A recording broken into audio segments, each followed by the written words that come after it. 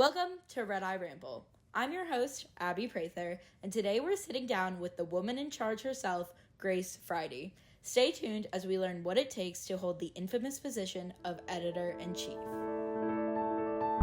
Can you introduce yourself, please? Yeah, hi, my name is Grace Fridy. I am the Editor-in-Chief of Manual RedEye. I'm a senior, and this is my third year on staff. Okay, so going back way back to the end of your freshman year, why did you choose to join RedEye? Well, I knew that I wanted to do something that involved news writing because I've always really enjoyed writing. Since fourth grade, I knew that I wanted to join the JNC Magnet at our school. And so I figured between RedEye and On the Record, the news magazine, they make great stuff.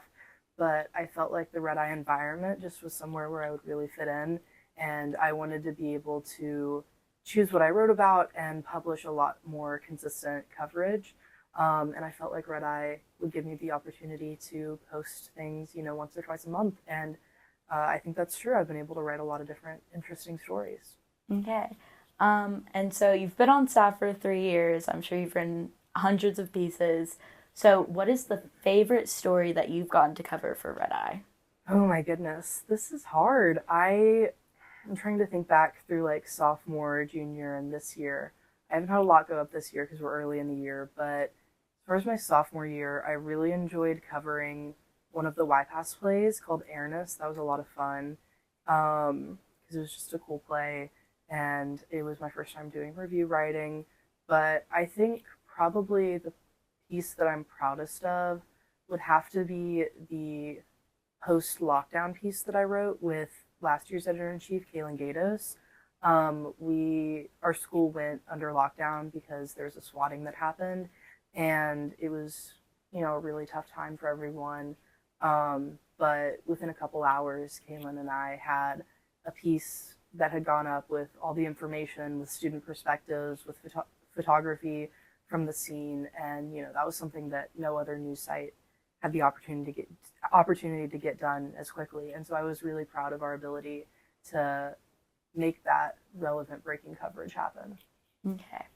And then kind of going away from stories for just a second, what's your favorite RedEye memory? There are so many good ones. It'd probably have to be from last year because we just had such a fun time last year, and it was my first year as an editor, and that was a lot of fun with the team. If I had to pick like one specific memory, I'm blanking, but I really enjoyed all of our parties, just where we would have a good time, and like Cooper and Leo, they were on the staff last year. They would get crazy, and we would all just have fun and talk and do Just Dance and watch Dance Moms. A lot of dancing. So, kind of shifting more to a more serious tone, what is the biggest RedEye related challenge that you've had to face?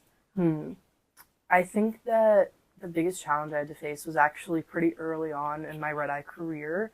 My first year on staff, I was on the opinion team, and myself and two other people on staff decided we wanted to cover a story that never actually ended up going up, but it surrounded issues of environmental justice and equity in JCPS, and we faced a lot of issues with getting that published just because I had to sit down, as like a 15-year-old in a room with like 10 top JCPS officials, and as amazing and useful as that was, it was pretty terrifying, and having to deal with the fact that like what we publish, like we could get criticized for, and it didn't end up going up for other reasons, but just dealing with the weight of a really important story so young, I would say that really was a challenge, but here I am, so it worked out.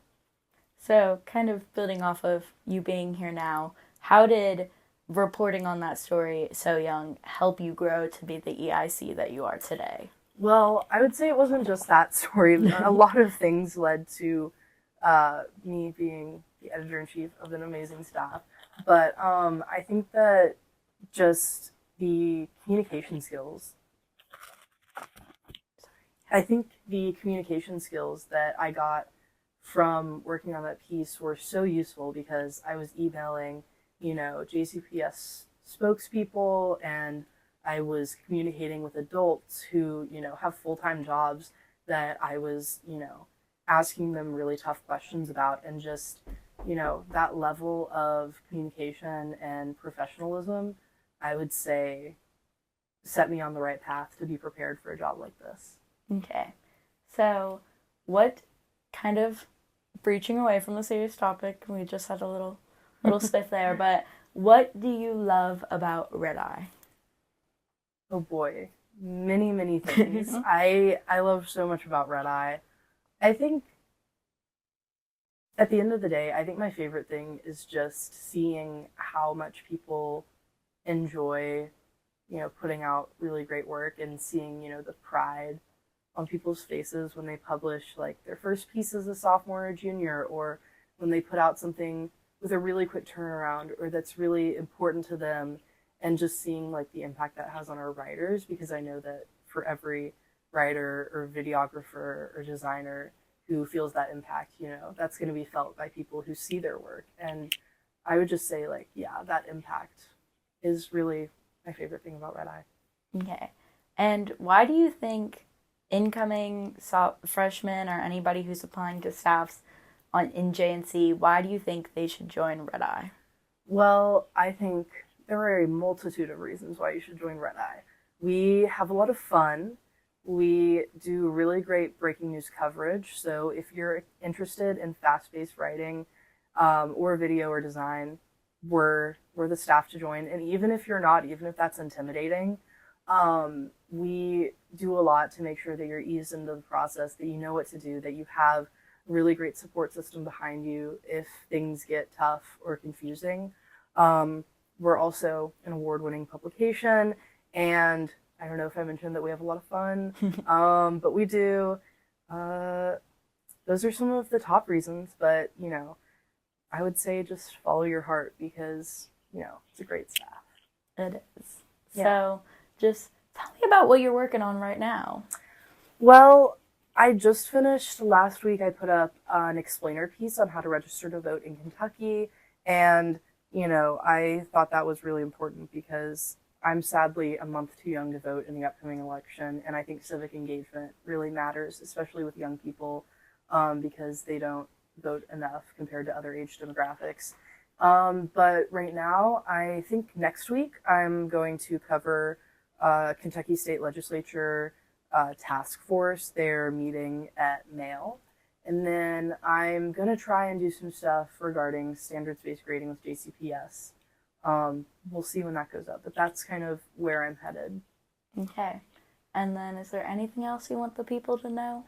I am very proud of our amazing staff, and you should listen to Behind the RedEye and check out manualredeye.com and check out our Instagram and our Twitter and our TikTok, because everyone on the staff is really committed to putting out great coverage, and I'm very proud of it, and you will enjoy it.